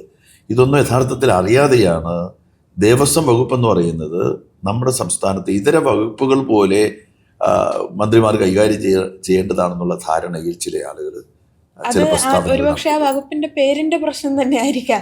ദേവസ്വം വകുപ്പ് എന്ന് പറയുമ്പോൾ ഒരു അധികാരം ദേവസ്വം ബോർഡിന് മുന്നിൽ ഉണ്ട് എന്ന് തോന്നിപ്പിക്കുന്നു. വളരെ പരിമിതമാണ്. സത്യത്തിൽ ഒരു ഫെസിലിറ്റേറ്ററുടെ അധികാരം മാത്രമേ ദേവസ്വം. പക്ഷെ അങ്ങ് പല തവണ ശബരിമലയിൽ പോയിട്ടുണ്ടല്ലോ, നേരിട്ട് സന്ദർശിച്ചിട്ടുണ്ട് മന്ത്രിയായിരുന്ന സമയത്ത്. നിശ്ചയമായിട്ടും മന്ത്രിമാർ പോകണം. മുഖ്യമന്ത്രി പോലും വന്നിട്ടുണ്ട് അവിടെ VS മുഖ്യമന്ത്രിയായിരുന്ന സമയത്ത് VS അങ്ങ് മല കയറി മുകളിൽ വന്നിട്ടുണ്ട്. പിണറായി വിജയൻ മുഖ്യമന്ത്രിയായതിനു ശേഷം അദ്ദേഹം മല കയറി അവിടെ വന്നിട്ടുണ്ട്. അതെല്ലാം തന്നെ കുറ്റമറ്റ ഒരു തീർത്ഥാടന കാലം ആക്കി തീർക്കുന്നതിന് വേണ്ടിയിട്ടുള്ള ഗവൺമെൻറ്റിൻ്റെ ഉത്തരവാദിത്വത്തിൻ്റെ ഭാഗമായി അവർ വരുന്നതാണ്. ദേവസ്വം മന്ത്രി നിശ്ചയമായിട്ടും ഒരു തീർത്ഥാടന കാലത്തിനിടയിൽ 4-5 പ്രാവശ്യം അവിടെ പോയേ പറ്റുള്ളൂ. 45 ദിവസമുണ്ട്. ഈ 45 ദിവസത്തിനിടയിൽ ഒരു 10 ദിവസം കൂടുമ്പോഴോ 15 ദിവസം കൂടുമ്പോഴോ അവിടെ പോയി കാര്യങ്ങൾ അന്വേഷിക്കുകയും അത് പരിശോധിച്ച് എന്തെങ്കിലും വീഴ്ചകളുണ്ടെങ്കിൽ അതെല്ലാം ക്രമീകരിക്കുകയൊക്കെ ചെയ്യേണ്ടത് ദേവസ്വം മന്ത്രി എന്നുള്ള നിലയിൽ മന്ത്രിയുടെ ഉത്തരവാദിത്വമാണ്. അങ്ങനെ ധാരാളമായിട്ട് അവിടെ പോയിട്ടുണ്ട്. അതെല്ലാം തന്നെ ക്രമീകരിച്ചിട്ടുണ്ട്. ആ പീരീഡിൽ അങ്ങനെ വലിയ വീഴ്ചയൊന്നും വന്നിട്ടില്ല എന്നാണ് എനിക്ക് തോന്നിയിട്ടുള്ളത്. അപ്പോൾ അങ്ങ് പറഞ്ഞതിൽ നിന്ന് മനസ്സിലാക്കേണ്ടുന്നത് ശബരിമല വിഷയം ആയി ബന്ധപ്പെട്ടുള്ള കാര്യങ്ങൾ നടക്കുമ്പോൾ പോലും അങ്ങയുടെ മന്ത്രിയായിരുന്ന കാലഘട്ടത്തിൽ നേരിട്ടുള്ള ഇടപെടൽ ഒന്നും തന്നെ ആ സമയത്ത് നടത്തേണ്ടതായി വന്നിട്ടില്ല. അതിൻ്റെ കാര്യവും ഉണ്ടായിരുന്നില്ല, നടത്തിയിട്ടില്ല എന്നതാണ്. ഇവിടെ ആചാരം അനുഷ്ഠാനം, ഓരോ അമ്പലത്തിനും ഒരു പ്രത്യേകതയുള്ള ആചാര അനുഷ്ഠാനങ്ങളുണ്ട്. അതെല്ലാം തന്നെ അതിലൊന്നും തന്നെ ഗവൺമെൻറ്റിനോ വകുപ്പിനോ യാതൊരു കാര്യവുമില്ല. മന്ത്രിക്കൊരു കാര്യവുമില്ല. ശബരിമലയിലും അങ്ങനെ തന്നെയാണ്. നമ്മൾ ചിലപ്പോൾ കാഴ്ചക്കാടുകളോട് എടുത്തിട്ടുണ്ട്. ഉദാഹരണത്തിന് ഇപ്പോൾ പ്രധാനപ്പെട്ട ശാന്തി നിയമനം, അതൊരു ഞറുക്കെടുക്കുന്ന ആദ്യം എന്തോ ഒരു പരീക്ഷയോ അങ്ങനെ എന്തോ ഉണ്ട്. അത് കഴിഞ്ഞിട്ട് വരുന്ന കുറേ പേരുകളിട്ട് നറുക്കെടുക്കുന്ന ആ ദിവസം മിക്കവാറും വകുപ്പ് മന്ത്രി അവിടെ ഉണ്ടാവും. കാര്യം അത് 1ാമത്തെ ദിവസമാണ്.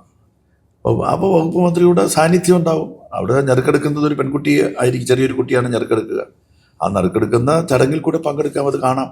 അതല്ലാതെ നമുക്ക് അതടക്കം ഒരു കാര്യത്തിലും ക്ഷേത്രങ്ങളിൽ നടക്കുന്നതായിട്ടുള്ള ഉത്സവ ആചാരങ്ങൾ, അനുഷ്ഠാനങ്ങൾ, അതിനോടൊന്നും തന്നെ നമുക്ക് യാതൊരു തരത്തിലും 49 കവനന്റ് പ്രകാരമുള്ള കാര്യങ്ങൾ തന്നെയാണ് ഇപ്പോഴും ബോർഡിന്റെ ഭരണ സംവിധാനം. അത് തന്നെയാണ് അതിൻ്റെ ഭരണ സംവിധാനം തന്നെയാണ് പോകുന്നത്. ശരി. അപ്പോൾ എന്നാൽ നേരിട്ട് ഒരു വിഷയത്തിലേക്ക് വരാം. ഈ പോറ്റിയുമായി ബന്ധപ്പെട്ട ഉണ്ണികൃഷ്ണൻ പോറ്റി, അദ്ദേഹത്തിൻ്റെ വീട്ടിൽ അങ്ങ് സന്ദർശിക്കുന്ന സാഹചര്യം ഉണ്ടായിട്ടുണ്ട്. അദ്ദേഹവുമായി ഇടപെടേണ്ടി വന്ന, മന്ത്രിയായതുകൊണ്ട് ഇടപെടേണ്ടി വന്ന സാഹചര്യങ്ങൾ ഉണ്ടായിട്ടുണ്ടാവാം. അദ്ദേഹവുമായുള്ള ഫോട്ടോ പുറത്തു വന്നിട്ടുണ്ട്. ഈ ഘട്ടത്തിലൊക്കെ സാധാരണ ജനങ്ങൾക്കുണ്ടാകുന്ന പല സംശയങ്ങളുണ്ട്. അത്രയധികം ഫ്രണ്ട്സാണോ ഉണ്ണികൃഷ്ണൻ പോറ്റിയും കടകംപള്ളി സുരേന്ദ്രനും? അങ്ങനെ ഒരു ഫ്രണ്ട്ഷിപ്പിൻ്റെ ആവശ്യമൊക്കെ ഒരു മന്ത്രിക്കുണ്ടോ എന്ന ചില സംശയങ്ങളുമൊക്കെ ആളുകൾക്ക് സ്വാഭാവികമായി ഉണ്ടാവാമല്ലോ. മാധ്യമങ്ങളിൽ അങ്ങനെയാണ് ഞങ്ങളൊക്കെ കാണുന്നത്. അപ്പോൾ അതിനുശേഷം ഇതൊരു വിവാദമായി വന്ന സമയത്ത് അങ്ങ് ഭയന്നോ? യഥാർത്ഥത്തിൽ ഞാൻ ശബരിമലയിൽ പോയി തുടങ്ങിയ കാലം മുതൽ ഈ പോറ്റിയെ കാണാൻ തുടങ്ങിയതാണ്. 2016 മുതൽ ഉണ്ണികൃഷ്ണൻ പോറ്റി എന്നെല്ലാം ശബരിമലയിൽ ഞാൻ പോയിട്ടുണ്ടോ അന്നെല്ലാം ഉണ്ണികൃഷ്ണൻ പോറ്റി അവിടെ കണ്ടിട്ടുണ്ട്.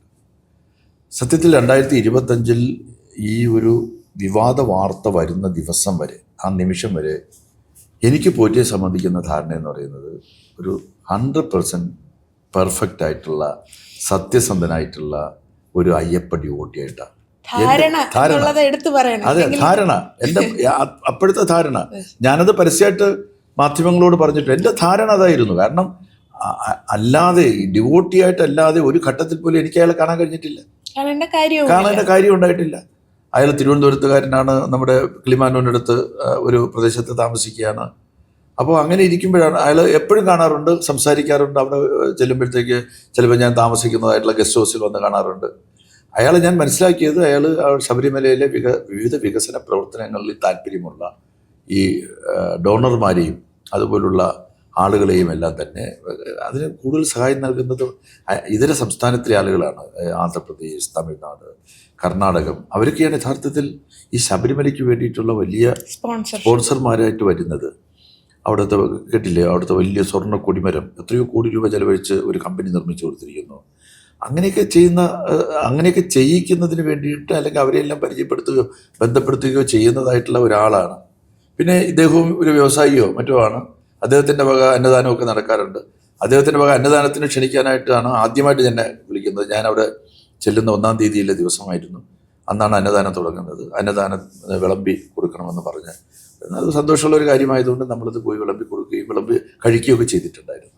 അപ്പം അന്ന് മുതൽ എന്നെല്ലാം അവിടെ പോയിട്ടുണ്ടോ അപ്പോഴെല്ലാം ഇദ്ദേഹത്തെ കാണാൻ വളരെ, നമ്മൾ കാണുമ്പോഴത്തേക്ക് വളരെ ഈ ചിത്രത്തിൽ കാണുന്ന പോലെ തന്നെയാണ്. നമുക്ക് വേറെ എന്തെങ്കിലും സാധുവായിട്ടുള്ള ഒരു നമ്പൂരി എന്നുള്ള നിലയിലല്ലാതെ എന്തെങ്കിലും തരത്തിൽ ഒരു കുഴപ്പം പിടിച്ച ഏതെങ്കിലും തരത്തിൽ തെറ്റുകൾ ചെയ്യുന്ന ഒരാളായിട്ട് നമുക്ക് മനസ്സിലാക്കാൻ സാധിച്ചിട്ടില്ല.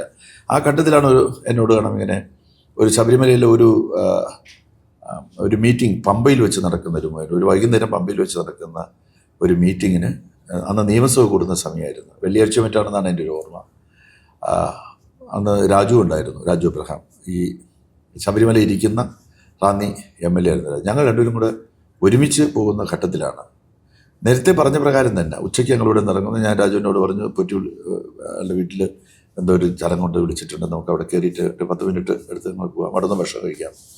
അങ്ങനെ ഞങ്ങൾ അവിടെ ഇറങ്ങി.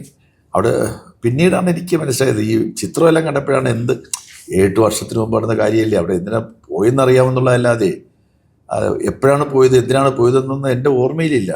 ഞാൻ യഥാർത്ഥത്തിൽ ഇത് തന്നെ മനസ്സിലാക്കിയത് എൻ്റെ ഗൺമാന്മാരെ വിളിച്ച്, 3 ഗൺമാന്മാരുണ്ടായിരുന്നു. ആ ഗൺമാന്മാരെ വിളിച്ചാണ് ഇത് മനസ്സിലാക്കിയത്, നമ്മളവിടെ പോയിട്ടുണ്ടോ, പോയത് ഏത് കാര്യത്തിനാണ് പോയിട്ടുള്ളത്. അപ്പോൾ 3 ഗൺമാന്മാരിൽ ഒരു ഗൺമാൻ പറഞ്ഞു, സാബു എന്ന് പറയുന്ന ഗൺമാൻ, ഇപ്പോൾ പോലീസിൽ നിന്ന് റിട്ടയർ ചെയ്തു. സാബുവിനോട് പറഞ്ഞു, സാർ നമ്മൾ ഒരു പ്രാവശ്യം വീട്ടിൽ പോയിട്ടുണ്ട്, അന്ന് അവിടുന്ന് നമ്മൾ ഭക്ഷണം കഴിച്ചിട്ടുണ്ട്. അപ്പോൾ ഞാൻ അയാളോട് ചോദിച്ചു, എന്താവശ്യത്തിനാണ് പോയതെന്ന് സാബുവിന് ഓർമ്മയുണ്ടോ എന്ന് ഞാൻ ചോദിച്ചു. അപ്പോൾ അത് സാബുവിന് ഓർമ്മയില്ല. ഞാൻ വിചാരിച്ചത് ഏതോ ഒരു കുട്ടിക്ക് എന്തോ ഒരു സമ്മാനം കൊടുക്കാൻ എന്ന് തന്നെയാണ് ഞാൻ വിചാരിച്ചത്. പിന്നീട് ഫോട്ടോ വന്നപ്പോഴാണ് പ്രായം ചെന്ന അച്ഛന് ഒരു സമ്മാനം കൊടുക്കുന്ന ഒരു ചിത്രം കണ്ടത്, അതിന് പോയതാണ്.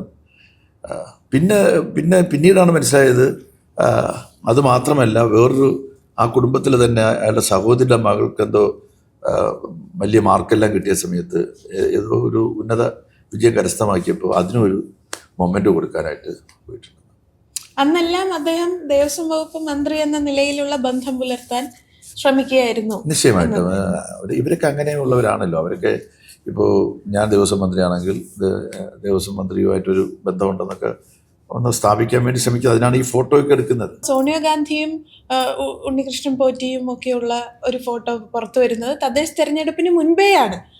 ആ സന്ദർഭത്തിൽ ഇപ്പോൾ നിങ്ങളുടെ പാർട്ടിയിൽ ആരും അത് ഉപയോഗിച്ച് കണ്ടില്ല. ഇടതുപക്ഷ നേതാക്കൾ ആരും ആ ഫോട്ടോ രാഷ്ട്രീയ പ്രചരണത്തിനായി ഉപയോഗിച്ചിരുന്നില്ല. അത് നിങ്ങളുടെ കുഴപ്പമില്ല, അത് നിങ്ങൾക്ക് അങ്ങനെ ഉപയോഗിക്കാമായിരുന്നല്ലോ. തെരഞ്ഞെടുപ്പിന് മുൻപേ വന്ന ഫോട്ടോയാണ് അത്. ആക്ച്വലി നമ്മൾ സോണിയാഗാന്ധിയെ പോലെ ഇന്ത്യയുടെ രാഷ്ട്രീയ രംഗത്ത് ഒരു സമുന്നത നേതൃത്വം കൈയാളുന്ന ഒരു വ്യക്തി ഏതെങ്കിലും തരത്തിൽ ഒരു മോശക്കാരനായിട്ടുള്ള ഒരാളെ തൻ്റെ വീട്ടിൽ വിളിച്ച് കയറ്റി ഇങ്ങനെ പിന്നെ സ്വർണം കൊണ്ടുള്ള അല്ലെങ്കിൽ നൂല് കൊണ്ടുള്ള എന്തോ ഒരു കെട്ടിക്കൊടുക്കുന്നുണ്ട്, ചരടോ അല്ലെങ്കിൽ ബ്രേസ്ലെറ്റ് എന്തോ ഒക്കെ കെട്ടിക്കൊടുക്കുന്നുണ്ട്. അങ്ങനെ ചെയ്യുമെന്ന് ഞാൻ ഇപ്പോഴും വിചാരിക്കുന്നില്ല.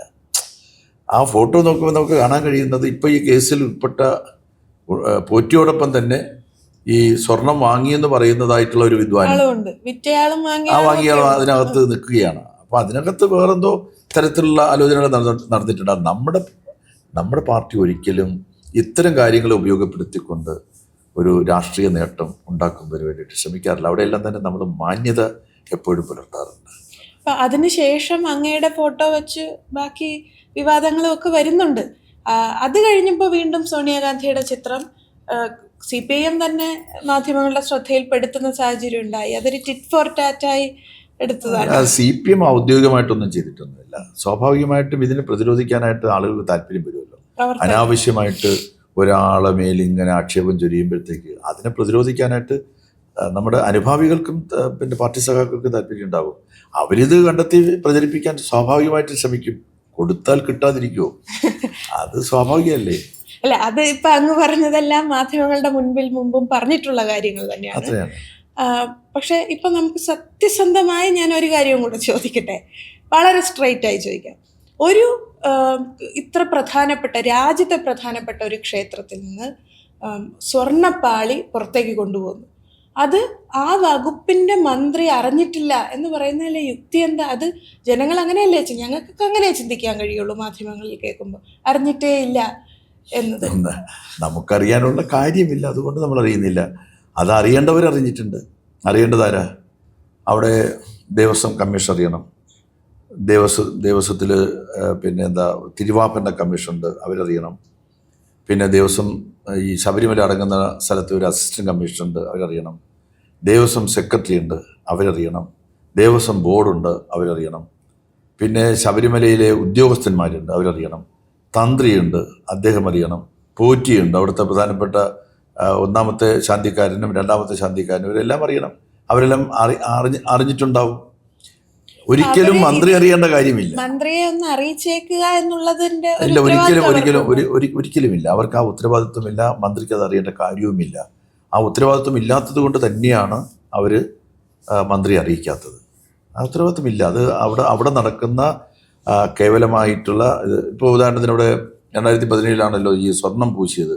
ആ സമയത്തും മന്ത്രി അറിഞ്ഞിട്ടില്ലല്ലോ.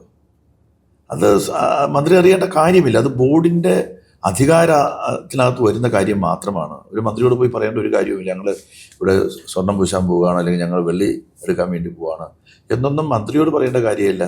മന്ത്രിക്ക് എഴുതേണ്ട കാര്യമില്ല. അത് ആക്സെപ്റ്റ് ചെയ്യേണ്ട കാര്യമില്ല. മാധ്യമങ്ങൾ ആ കാലത്ത് പ്രചരിപ്പിച്ചൊരു കാര്യമുണ്ടായിരുന്നു. ഈ പോറ്റി എനിക്കൊരു നിവേദനം തന്നത് ഞാൻ ഫോർവേഡ് ചെയ്യാനുണ്ടായിരുന്നു. സാധാരണ നിവേദനം കിട്ടിയാൽ ഞാൻ ഫോർവേഡ് ചെയ്യും. പക്ഷേ ഇക്കാര്യത്തിലാണെങ്കിൽ അയാൾ എനിക്കൊരു നിവേദനവും തന്നിട്ടില്ല, ഞാൻ ഫോർവേഡ് ചെയ്തിട്ടുമില്ല. അങ്ങനെ ഫോർവേഡ് ചെയ്തെങ്കിൽ എന്നെ അവരെല്ലാവരും അത് പുറത്തു കൊണ്ടുവന്നേനെ. ഫോർവേഡ് ചെയ്തു ഔട്ട് ഓഫ് നോവെയർ വന്ന ഒരു വർത്തമാനമാണ്. അതെ, വെറുതെ ഇങ്ങനെ അവർ ഊഹിച്ചു. ചിലപ്പോൾ ഒരു നിവേദനം കൊടുത്തിട്ടുണ്ടാവും, അല്ലെങ്കിൽ ഒരു അപേക്ഷ കൊടുത്തിട്ടുണ്ട്. അന്ന് മെനഞ്ഞു നോക്കിയതാണ്. അങ്ങനെയാണെങ്കിൽ അവിടെ നിന്നാണല്ലോ ഒരു ഫയൽ ഒറിജിനേറ്റ് ചെയ്യുന്നത്. ഇവിടെ ഫയൽ ഒറിജിനേറ്റ് ചെയ്യുന്നത് എങ്ങനെയാണ്? അവിടെ ഏത് കാര്യം ചെയ്യണമെങ്കിലും അവിടെ ഒരു ലോക്കൽ ഓഫീസറുണ്ട്. ആ ലോക്കൽ ഓഫീസറാണ് ഫയൽ ഓപ്പൺ ചെയ്യേണ്ടത്. അവിടെ തന്നെ യഥാർത്ഥത്തിൽ സ്പെഷ്യൽ കമ്മീഷണർ തന്നെ അവിടെയുണ്ട്. ഹൈക്കോടതി നിയോഗിച്ച ഒരു സ്പെഷ്യൽ കമ്മീഷണർ, ജില്ലാ ജഡ്ജിയുടെ റാങ്കിലുള്ള ഒരു സ്പെഷ്യൽ കമ്മീഷണർ എല്ലാ കാര്യങ്ങൾക്കും മേൽനോട്ടം വഹിക്കുന്ന ഒരു സ്ഥലമാണ് ഈ ശബരിമല എന്ന് പറയുന്നത്. ഹൈക്കോടതിയുടെ നേരിട്ടുള്ള നിരീക്ഷണം എന്ന് പറയുന്നതാണ്. ഹൈക്കോടതിയുടെ നേരിട്ടുള്ള നിയന്ത്രണം എന്ന് പറയുന്നതാണ്. ഗവൺമെൻറ്റിൻ്റെ ഒരു ഉദ്യോഗസ്ഥൻ അവിടെയില്ല. സർക്കാരിൻ്റെ ഉദ്യോഗസ്ഥന്മാർ ഉത്സവകാലത്ത് പോയി ശബരിമലയിൽ വരുന്നതായിട്ടുള്ള പിന്നെ ഭക്തജനങ്ങളെ അങ്ങ് 18 പടി കയറ്റാനും അത് ഇറക്കാനും ഒക്കെ നിൽക്കുന്നവരല്ലാതെ അവിടെ നടക്കുന്ന എന്ത് കാര്യങ്ങളെന്ന് അന്വേഷിക്കാനുള്ള ഉത്തരവാദിത്വമൊന്നും നമ്മൾ ആർക്കും കൊടുത്തിട്ടില്ല. അതിന് ഹൈക്കോടതി തന്നെ ഒരു സ്പെഷ്യൽ കമ്മീഷണർ, അദ്ദേഹത്തിൻ്റെ റാങ്ക് എന്ന് പറയുന്നത് ജില്ലാ ജഡ്ജിയുടെ റാങ്കാണ്. അദ്ദേഹത്തിൻ്റെ നേതൃത്വത്തിലാണ് പിന്നെ കാര്യങ്ങളൊക്കെ നടക്കേണ്ടത്. അദ്ദേഹം പോലും അറിഞ്ഞില്ലെന്നാണ് ഇപ്പം പറയുന്നത്. അറിയാതെയാണ് അവർ ഇതെല്ലാം ചെയ്തതെന്നാണ് പറയുന്നത്. ഗവൺമെൻറ്റിന് അറിയേണ്ട യാതൊരു തരത്തിലുള്ള കാര്യവുമില്ല. ഇവിടുന്ന് മാത്രമല്ല, ഏതെല്ലാം അമ്പലങ്ങളിൽ ഏതെല്ലാം തരത്തിൽ സ്വർണം കൊടുക്കുന്നുണ്ട്, മറ്റു വെള്ളി കൊടുക്കുന്നുണ്ട്. മറ്റേ ഗുരുവായൂരാണെങ്കിൽ എല്ലാ ദിവസവും നമ്മൾ കേൾക്കുന്നില്ലേ, സ്വർണത്തിൻ്റെ കൂമ്പാരമാണ് അവിടെ കൊടുക്കുന്നത്. വലിയ കോടിക്കണക്കിന് രൂപയുടെ സാധനങ്ങൾ അവിടെ കൊണ്ടുവന്ന് വലിയ സമ്പന്നന്മാരായിട്ടുള്ള ആളുകൾ കൊടുക്കാറുണ്ട്. വിവാദമാകുമ്പോഴായിരിക്കും അതെ, എല്ലാം കൊടുക്കാറുണ്ട്. നമ്മൾ അത് ഗവൺമെൻറ്റിൻ്റെ ചോദിക്കേണ്ട കാര്യമല്ല, കൊടുക്കുന്നതെന്ന് പറയേണ്ട കാര്യമില്ല. അതൊക്കെ ഇവർ വിവാദമാക്കാനും എങ്ങനെയെങ്കിലും ഈ സ്വർണ്ണക്കൊള്ളയിൽ നമ്മുടെ ഗവൺമെൻറ്റിനെയും ഗവൺമെൻറ്റിൻ്റെ ഭാഗമായിട്ട് വ്യക്തിപരമായിട്ട് എന്നെയും പെടുത്താൻ വേണ്ടിയിട്ടുള്ള വളരെ ബോധപൂർവമായിട്ടുള്ള ഒരു കസർത്ത് എന്ന് മാത്രമേ കണ്ടത് എന്നാണ് എനിക്ക് തോന്നുന്നത്. ഈ വിവാദവുമായി ബന്ധപ്പെട്ട് വ്യക്തിപരമായി കടകംപള്ളി സുരേന്ദ്രനെ ഇത് ബാധിച്ചോ? കുടുംബത്തെയും ഒക്കെ മാനസികമായി വിഷമിപ്പിക്കുകയോ? എന്നെ സംബന്ധിച്ചിടത്തോളം വ്യക്തിപരമായിട്ട് കുറച്ച് വിഷമമൊക്കെ ഉണ്ടാവുമല്ലോ, അതുണ്ട്. പക്ഷെ കുടുംബത്തെ ഇത് വല്ലാതെ ബാധിച്ചിട്ടുണ്ട്. മനസ്സിലല്ലേ? അവർ ദിവസവും കാണുന്ന ചാനലിൽ കാണുന്നത് മുഴുവൻ ഇതല്ലേ, പെട്ടോ പെട്ടില്ലയോ, കുടുങ്ങുമോ കുടുങ്ങില്ലയോ, കടകംപള്ളി പെട്ടു, കടകംപള്ളിയെ തേടി ED, കടകംപള്ളിയെ തേടി SIT എന്നെല്ലാം പറഞ്ഞിട്ടുള്ള എല്ലാ ദിവസവും കഴിഞ്ഞ 4 മാസക്കാലം എല്ലാ മാധ്യമങ്ങളും ഈ വേട്ടയാട് തന്നെയായിരുന്നു. രാഷ്ട്രീയമായിട്ട് കുറേ കാലമായിട്ട് നിൽക്കുന്ന ഒരാളെന്നുള്ളത് അത് രാഷ്ട്രീയം വന്ന് മനസ്സിലാക്കാനും അതിനെ ആ നിലയിൽ നേരിടാനും മാനസികമായിട്ട് ഞാൻ തയ്യാറെടുത്തിട്ടുണ്ട്. പക്ഷേ ഫാമിലി അങ്ങനെയല്ലല്ലോ. അവർക്ക് വലിയ വിഷമം ഉണ്ടായിട്ടുണ്ട്. അവരും മക്കളും എല്ലാവരും വലിയ പ്രയാസത്തിലാണ്. ഇപ്പോൾ 2016-21 കാലഘട്ടത്തിൽ LDF സർക്കാരിലെ ടൂറിസം, ദേവസ്വം, സഹകരണ വകുപ്പ് മന്ത്രിയായിരുന്നു. 2021-26 കാലഘട്ടത്തിലെ ഈ വകുപ്പുകളുടെ ഒരു പ്രവർത്തനം എങ്ങനെ വിലയിരുത്തുന്നു? ഇപ്പോൾ MLA ആണല്ലോ. അല്ല, യഥാർത്ഥത്തിൽ ഒന്നാം പിണറായി വിജയൻ ഗവൺമെൻറ്റിൻ്റെ തുടർച്ചയാണ് ഈ രണ്ടാം പിണറായി വിജയൻ. അത് രണ്ടും തമ്മിൽ താരതമ്യമില്ല. കാരണം എന്ന് വെച്ചാൽ ഒന്നിൻ്റെ തുടർച്ച തന്നെയാണ്, ഒന്നിനേക്കാൾ മെച്ചപ്പെട്ട തരത്തിൽ തന്നെയാണ് രണ്ടിൻ്റെ പ്രവർത്തനം നടക്കുന്നത്. നമ്മൾ ഒന്നാം പിണറായി ഗവൺമെൻറ്റിനെ വിലയിരുത്തുന്നത് അതിന് മുമ്പുള്ളൊരു ഗവൺമെൻറ്റുമായിട്ടാണ്. 2011 മുതൽ 16 വരെ അധികാരത്തിലുണ്ടായിരുന്ന ഉമ്മൻചാണ്ടിയുടെ ഗവൺമെൻറ് പ്രവർത്തനങ്ങളുമായിട്ടാണ് ഒന്നാം പിണറായി ഗവൺമെൻറ്റിനെ വിലയിരുത്തുന്നത്. ആ വിലയിരുത്തൽ നടത്തുമ്പോഴാണ് ഇരുട്ടിൽ നിന്നും വെളിച്ചത്തിലേക്ക് വന്നതുപോലെ ജനങ്ങൾക്ക് തോന്നുന്നത്. വലിയ മാറ്റമാണ് ജനങ്ങൾക്ക്. അത്രയും വലിയ മാറ്റം ഇപ്പോൾ ഉണ്ടാവില്ല. കാര്യം ആ ഗവൺമെൻറ് തന്നെ ആ ഗവൺമെൻറ് ചെയ്ത പ്രവർത്തനങ്ങൾ തന്നെയാണ് തുറന്നു പോകുന്നത്. പുതിയ ചില പ്രോജക്റ്റുകൾ വന്നിട്ടുണ്ട്, പുതിയ പരിപാടികൾ വന്നിട്ടുണ്ട്, പുതിയ വ്യവസായികൾ വന്നിട്ടുണ്ട്, പുതിയ സ്ഥാപനങ്ങൾ വന്നിട്ടുണ്ടെന്നുള്ളതല്ലാതെ നമ്മൾ ആ മിഷനുകൾ അത് തന്നെയാണ്. ആ മിഷനുകളിൽ മാറ്റം വന്നിട്ടില്ല. അതിൻ്റെ അടിസ്ഥാനത്തിൽ കുറച്ചുകൂടി എളുപ്പമായി എന്ന് വേണം കരുതാനായിട്ട്. നമുക്ക് ഒന്നാം പിണറായി ഗവൺമെൻറ് കാലത്ത് നമുക്ക് ഇതെല്ലാം നടത്തിക്കൊണ്ടു പോകാൻ കുറച്ച് വിഷമമുണ്ടായിരുന്നു. ഒന്ന് നമ്മുടെ ഭരണ സംവിധാനം തന്നെ താറുമാറായിരുന്നു. അഴിമതിയും സ്വജനപക്ഷപാതവും കൊള്ളയും കൊള്ളിവയ്പ്പും എല്ലാ വൃത്തികേടുകളും നിറഞ്ഞൊരു ഭരണ സംവിധാനത്തെയാണ് പിണറായി വിജയന് ഇത് ക്ലീനാക്കുന്നതിന് വേണ്ടി കിട്ടിയത്. അതിൻ്റേതായിട്ടുള്ള ആവശ്യമായിട്ടുള്ള സമയം. പിന്നെ ഈ മിഷനുകൾ നടപ്പിലാക്കുന്നതിന് വേണ്ടി വന്ന അതിനിടയിലുണ്ടായിട്ടുള്ള പ്രകൃതി ദുരന്തങ്ങൾ, പിന്നെ 2018 ട്രിവാൻഡ്രത്താണെങ്കിൽ ഓഖി ദുരന്തമടക്കം, നിപ വൈറസ്, പിന്നെ 2018 മഹാപ്രളയം, 19 വീണ്ടും ഉണ്ടായ പ്രകൃതി ദുരന്തം, 20 മഹാമാരി, നമ്മുടെ കോവിഡ്, ഇതെല്ലാം തന്നെ യഥാർത്ഥത്തിൽ വലിയ പ്രതിബന്ധങ്ങളായിരുന്നു, പ്രതിസന്ധികളായിരുന്നു. ആ പ്രതിബന്ധങ്ങളെയും നമുക്ക് നമ്മുടെ സ്റ്റേറ്റിനെ സംബന്ധിച്ചിടത്തോളം പ്രയോജനപ്പെടുത്താൻ നമുക്ക് സാധിച്ചു എന്നുള്ളതാണ് ആ ഗവൺമെൻറ് മെച്ചം എന്ന് പറയുന്നത്. പിന്നെ രണ്ടാമത് വന്ന ഗവൺമെൻറ്റിൻ്റെ മുന്നിൽ അങ്ങനെയുള്ള പ്രശ്നങ്ങൾ ഉണ്ടായിട്ടില്ല. ആ വികസന പ്രക്രിയ വളരെ വേഗതയിൽ കൊണ്ടുപോകാൻ കഴിഞ്ഞു. അതിൻ്റെ ഭാഗമാണ് ഇപ്പോൾ വിഴിഞ്ഞം നമുക്ക് ഇപ്പോൾ ഓപ്പൺ ചെയ്യാൻ കഴിഞ്ഞത്, വിഴിഞ്ഞം യാഥാർത്ഥ്യമാക്കാൻ കഴിഞ്ഞത് യഥാർത്ഥത്തിൽ ആ നല്ല തുടർച്ച ഉണ്ടായതുകൊണ്ടാണ്. അതുപോലെ എല്ലാ രംഗത്തും, ഇപ്പോൾ ടൂറിസം രംഗത്തായിരുന്നാലും സഹകരണ മേഖലയിലായിരുന്നാലും എല്ലാ മേഖലകളിലും ഞാൻ കൈകാര്യം ചെയ്ത വകുപ്പുകളിലൊക്കെ തന്നെ അതിൻ്റെ ഒരു നല്ല തുടർച്ചയാണ് ഇപ്പോൾ 2016 മുതൽ 2021 വരെ എന്ന് പറയാൻ ഒരു വിഷമമില്ല. വളരെ തൃപ്തനാണ്. നിശ്ചയമായിട്ട് കഴക്കൂട്ട മണ്ഡലത്തിൽ MLA എന്ന നിലയിൽ ആഗ്രഹിച്ചതുപോലെയുള്ള വികസനക്ഷേമ പ്രവർത്തനങ്ങൾ നടത്താൻ കഴിഞ്ഞത് ജനങ്ങൾ ഹാപ്പിയാണോ എന്നുള്ളതാണ്. എന്ത് തോന്നുന്നു ആ കാര്യത്തിൽ? ഒരു കാര്യം ഒഴിച്ചു ബാക്കി എല്ലാ കാര്യങ്ങളിലും ജനങ്ങൾ തൃപ്തരാണ്.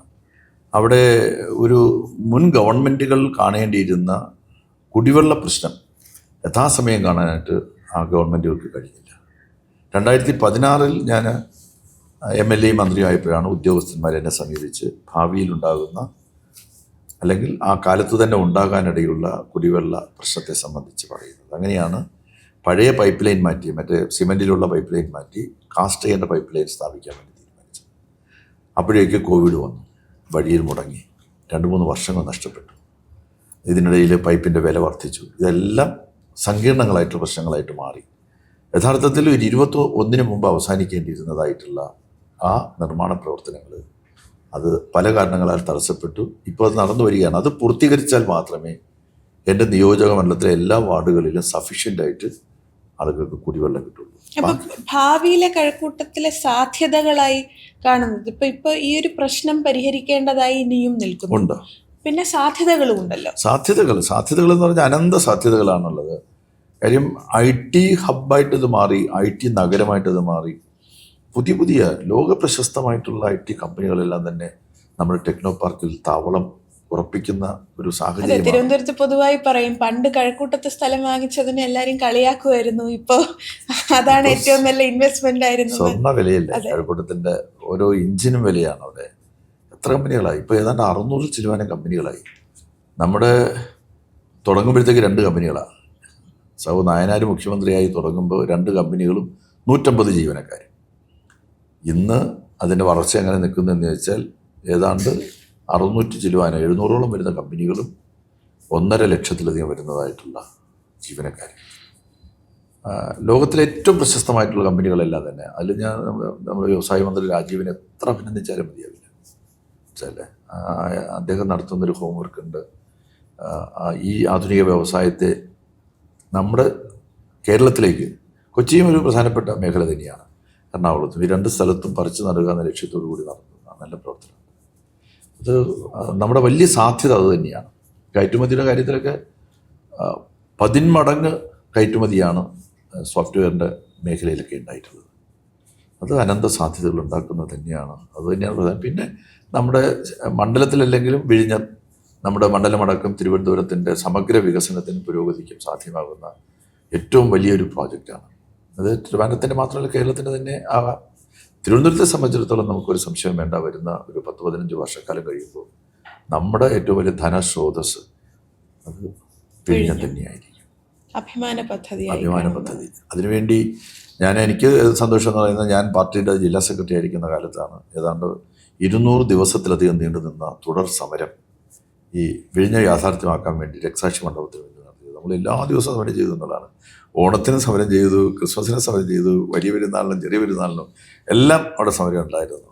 അപ്പോൾ അങ്ങനെ ഒരു തുടർ സമരം, ജനങ്ങളുടെ ശ്രദ്ധ പിടിച്ചു പറ്റിയ ഒരു കണ്ടിന്യൂസ് സ്ട്രഗിൾ. ഒരു പക്ഷേ അങ്ങനെ ഒരു സമരം നമ്മുടെ തലസ്ഥാനം നൽകുന്നതാണ്. വലിയ സമരങ്ങളൊക്കെ നടന്നിട്ടുണ്ട്, വലിയ പോരാട്ടങ്ങൾ നടന്നിട്ടുണ്ട്, മർദ്ദനങ്ങളൊക്കെ നടന്നിട്ടുണ്ടെങ്കിലും ഒരു കണ്ടിന്യൂസ് സ്ട്രഗിളായിട്ട് ഒരു ദിവസം പോലും ഒഴിവില്ലാതെ രക്തസാക്ഷി മണ്ഡപത്തിന് മുന്നിൽ ഷെഡും കെട്ടി വിഴിഞ്ഞം പദ്ധതിക്ക് വേണ്ടിയിട്ട് സമരിച്ചു. പിന്നെ മനുഷ്യ ചങ്ങല പിടിച്ചു, വിഴിഞ്ഞത്ത് നിന്ന് ഇവിടം വരെ മനുഷ്യ ചങ്ങല 2 പ്രാവശ്യം മനുഷ്യ ചങ്ങല പിടിച്ചു. അതെല്ലാം തന്നെ ഈ പദ്ധതിയെ കൂടുതൽ ഇത് വേണമെന്ന് പറയുന്ന ഒരു പൊതുബോധം സൃഷ്ടിക്കുന്നതിന് സഹായകരമായിട്ടുണ്ടെന്നുള്ളത് എന്നെ വ്യക്തിപരമായി സന്തോഷിപ്പിക്കുന്നതായിട്ടുള്ളൊരു കാര്യമാണ്. ഇപ്പോൾ വ്യക്തിപരമായി അങ്ങേ എനിക്ക് മുൻപേ പരിചയമുള്ളത് കൊണ്ടും ഒക്കെ അങ്ങയെക്കുറിച്ച് പൊതുവെ പറയുന്നതും ഞാൻ ശ്രദ്ധിച്ചിട്ടുള്ളതുമായിട്ടുള്ള ഒരു കാര്യം, മണ്ഡലത്തിൽ ഒരു മരണ വീട്ടിലോ അല്ലെങ്കിൽ എന്തെങ്കിലും ഒരു കല്യാണ ചടങ്ങാണെങ്കിൽ അങ്ങനെ എല്ലായിടത്തും നമ്മൾ തമാശയ്ക്ക് കുമ്പിടി എന്ന് പറയുന്നത് പോലെ അങ്ങുണ്ട് എന്നതാണ്. എവിടെ ചെന്നാലും ഇദ്ദേഹത്തെ നേരത്തെ അവിടെയും കണ്ടല്ലോ എന്ന് പറയേണ്ടുന്ന സാഹചര്യം. ചിലപ്പോൾ നമ്മളെയും വിളിച്ചിട്ടുള്ള പരിപാടിയായിരിക്കും.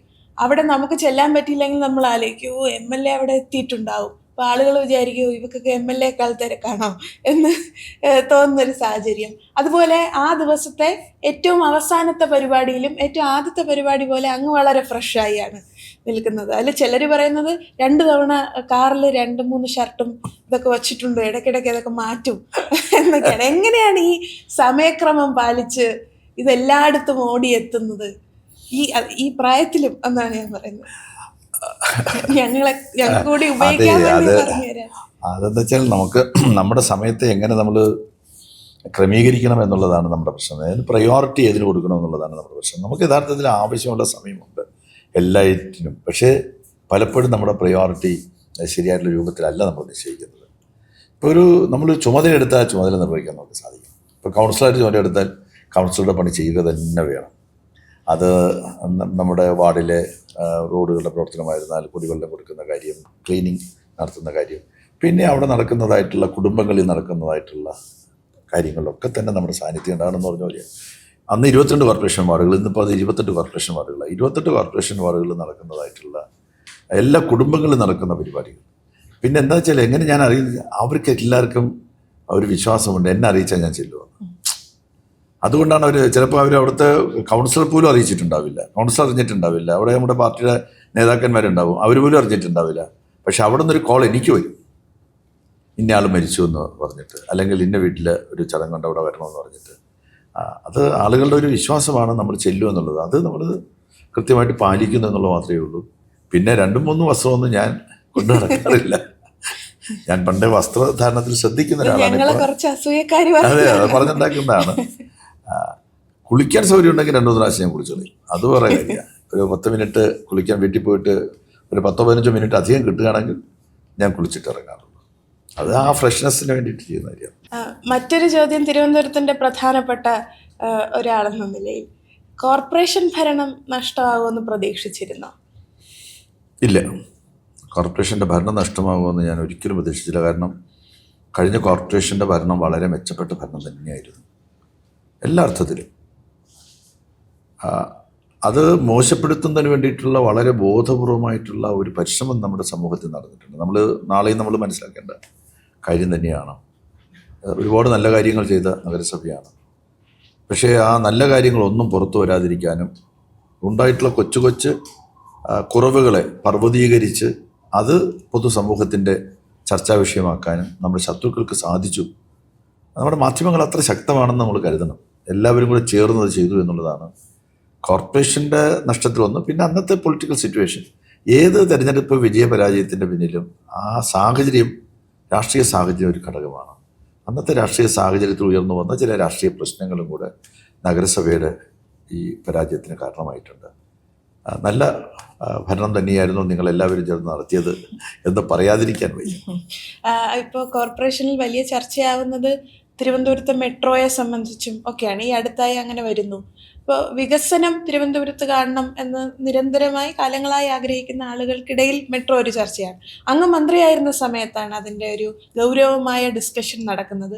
പിന്നീട് ആരും അത് ടേക്കപ്പ് ചെയ്തില്ല എന്നൊരു വർത്തമാനം ഉണ്ട് ഇപ്പോൾ. യഥാർത്ഥത്തിൽ 2016 തന്നെ നമ്മുടെ ആഗ്രഹം അനുസരിച്ചും അഭ്യർത്ഥന മാനിച്ചുമാണ് അന്നത്തെ PWD മിനിസ്റ്റർ ജി സുധാകരേട്ടൻ അന്ന് ഒരു മീറ്റിംഗ് വിളിച്ച് ട്രിവാൻഡ്രം മെട്രോയെ സംബന്ധിക്കുന്ന പ്രാരംഭ ആലോചനകളും അതിനാവശ്യമായിട്ടുള്ള നടപടികളുമായിട്ട് ബഹുദൂരം നമ്മൾ മുന്നോട്ട് പോയതാണ്. സ്വാഭാവികമായിട്ടും മെട്രോയ്ക്കുള്ള അംഗീകാരം തരേണ്ട സെൻട്രൽ ഗവൺമെൻറ്റാണ്. നമ്മൾ മുന്നോട്ട് പോകുമ്പോഴത്തേക്ക് സെൻട്രൽ ഗവൺമെൻറ് അവരുടെ പോളിസിയിൽ മാറ്റം വരുത്തി.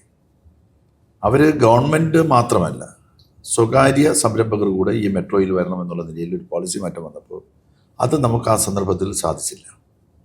ഇപ്പോൾ വീണ്ടും പോളിസി മാറ്റം വന്നിട്ടുണ്ട്. അതുകൂടെ കണക്കാക്കിക്കൊണ്ട് നമ്മുടെ മെട്രോയ്ക്ക് ആവശ്യമായിട്ടുള്ള തരത്തിലാണ് നമ്മൾ ശ്രീകാര്യത്തെ ഫ്ലൈ ഓവറിൻ്റെ നിർമ്മാണം തന്നെ ഇപ്പോൾ നടത്തുന്നത്. എന്തുവന്നാലും ശരി, മെട്രോ യാഥാർത്ഥ്യമാക്കുന്നതിന് വേണ്ടിയിട്ട് എങ്ങനെയാണോ വിഴിഞ്ഞം യാഥാർത്ഥ്യമാക്കാൻ വേണ്ടി നമ്മൾ നിന്നത്, ആ രൂപത്തിൽ തന്നെ നമ്മളും നമ്മുടെ പാർട്ടിയും ഉറപ്പായിട്ടും നിൽക്കും.